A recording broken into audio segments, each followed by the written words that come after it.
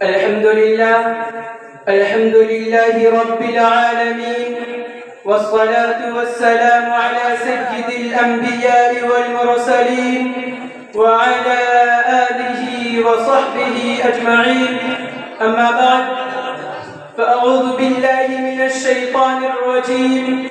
بسم الله الرحمن الرحيم. ولا تهنوا ولا تحزنوا وأنتم الأعلون إن كنتم مؤمنين.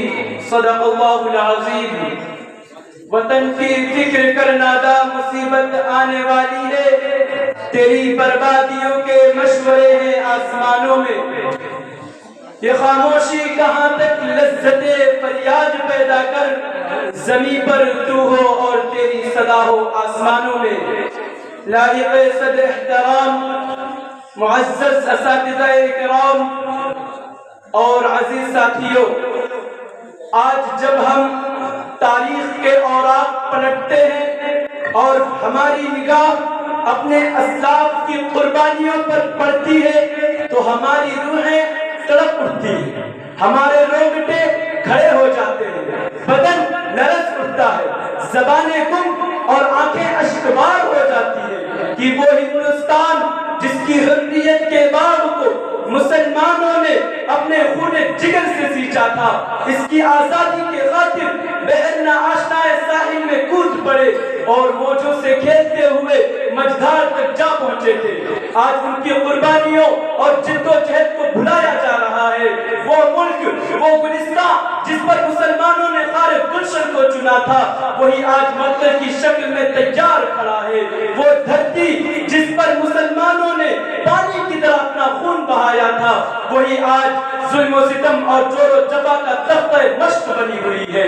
یہی ملک آج ہمیں دھکے مار مار کر نکال رہا ہے. 100 بار سوارا ہے ہم نے اس ملک کے گیسوئے برہم کو، یہ اہل جنوب بتلائیں گے کیا ہم نے دیا ہے عالم کو.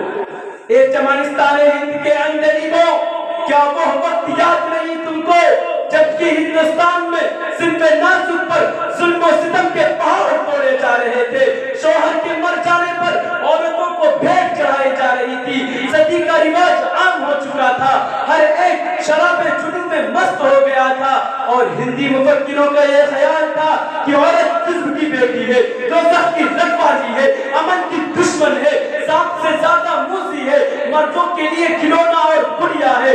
ہم پوچھنا چاہتے ہیں اے دانشوران قوم، وہ کون ہے جس نے ہندی عورتوں کا مقام بلند کیا، تحت الثری سے اٹھا کر ثریا تک پہنچا دیا، ماؤں کو عظمت کا تاج پہنا دیا، بیویوں کو الفت کا دیوی بنا دیا، بہنوں پر شفقت کے پھول نچھاور کر دیے. ارے وہ ہم ہی تو ہیں جس نے تاروں سے چمک، پھولوں سے مہک مانگی، چاند سے چاندنی لے لی، سورج سے جذبہ اظہار لیا، زمین سے تواضع حاصل کی، آسمان سے بلندی کردار کا سبق لیا اور اسے انسانیت کے سرکے میں ملا کر معجون مرکب تیار کیا اور وہی عورتوں کی حیثیت بن گئی. میرے عزیز ساتھیو، ہندوستان پر کبھی تاتاریوں کا یلغار ہے تو کبھی قوم ساکھ کی فوج کشی.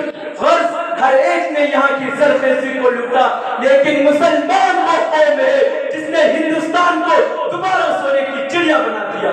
ہمارے ہی عرب بھائیوں نے ہندوستان کو تجارت کا سلیقہ عطا کیا. ارے وہ ہم ہی تو ہیں جس نے یہاں پر تہذیب و تمدن کے شامیانے گاڑ دیے اور معاشرتی زندگی کی گتھی سلجھا دی.